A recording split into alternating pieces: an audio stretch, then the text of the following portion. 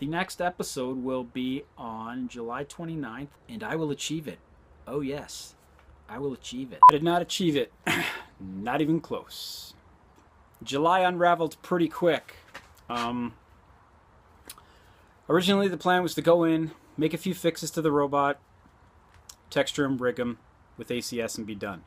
There's tons of parts on it that I really didn't like, parts that I just almost ignored, thinking, oh yeah, the camera will be too far, you'll never see that. But the problem is when I modeled that thing, I didn't have any shots done, and now that the shots are done, there are shots where you see his whole back, you know, in front of the, like right up to the camera. And his old back looked like a piece of soap that you'd left in the shower. It had no detail on it. It was just a big, like, just solid, like that chrome ship from Flight of the Navigator. It was brutal. It had no detail on it. So I went online and started looking at other stuff guys are doing, and they just have these really beautiful, complex, hard-edged machines. And it's almost embarrassing to admit that I don't know how they were built, you know. And the more I looked into it, the more I found out that all these types of machines are built with booleans.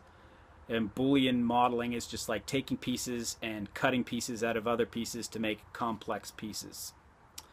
Now, where I came from in production, booleans, especially in Maya, were the devil's toy. You were not allowed to use them for anything.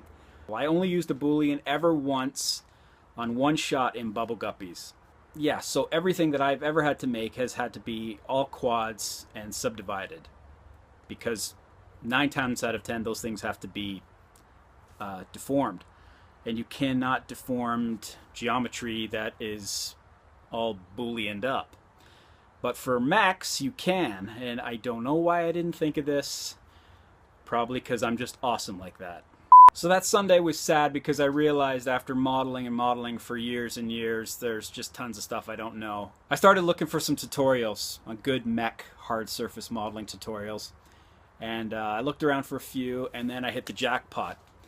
If anyone who wants to do any type of work like this, you can not afford to not go to heavypoly.com.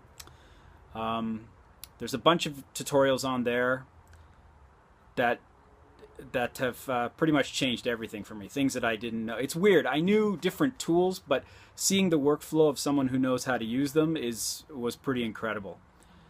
So I think about 5 of the videos, and I spent the next week and a half just binge watching them every night. I didn't follow along 100%. I would watch, and then I'd hit a part and be like, holy crap, that's awesome, and then I'd try and do it. And by the end of that week, I was building things that I don't think I could have done the week before.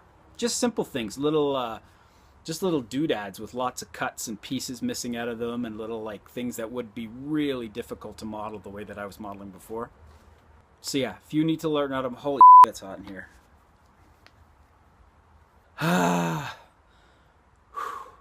So with my newfound knowledge, I decided, you know, I'll fix up a couple parts of the mech that look really bad, and then just get on with it.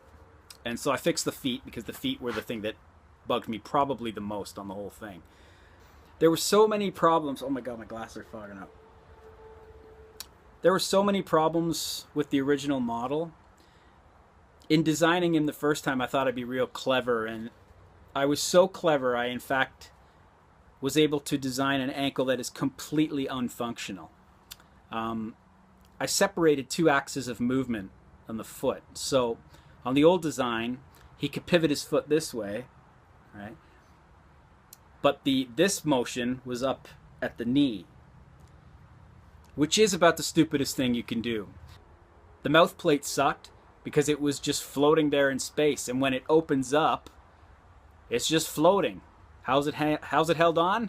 Magic glue. It just floats in space. Just no bolt, no pin, no pistons, no hinges, nothing. It's just floating there. And that kind of stuff really bugs me, because when I go online and look at other stuff, people have put the time in to put the detail in, and it just looks better. So I'm not thrilled that I missed the deadline, but it wasn't my plan to be where I'm at, and right now that is remodeling the whole robot from scratch.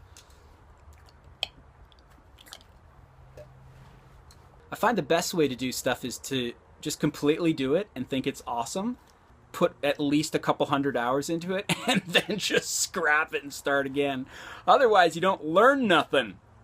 Part of me thinks remodeling the whole thing is just a huge waste of time. The other part of me is really happy with how it looks. I mean, if you compare the pieces one for one, it's not really a contest anymore. I mean, the old toes look like a bunch of like wet boxes stuck together. The new toes actually look like something. The old hand, I don't even know what the old palm of the old hand was. It was just like this squashed, shapeless, pointless thing that the fingers weren't even attached to. And the new palm looks like something that was actually fabricated, had a bit of thought put into it. The old hip, it just attached with magic. It just a skinny little pin stuck into a little hip hole. Because the camera will never see it, they'll never know. Unfortunately, it looks like a bag of smashed butts. So the hip has been redone, and I think it adds a lot of weight to that part of the body. And it just looks more realistic. It looks more feasible. His old pelvis looked like a stack of pancakes just kind of like melting over a rock. How was the pelvis attached? Magic glue. It was just sitting there, pointless. The new pelvis has a bit of thought to it, and it looks a bit more substantial and actually feels like something that, you know, makes a little bit of sense. So as for finishing him, I have no idea. All the UVs and stuff that I thought were kind of just needed fixing all have to be redone. That's awesome. Yeah. It's Monday, August 1st, so there's only 4 days left in this week, and I'm going camping next week. I'm going to be gone the whole week, so not a lot of robot happening then. I'm just not going to say when he's going to be done, because whatever I say, he won't be done. He'll be done one day. One day.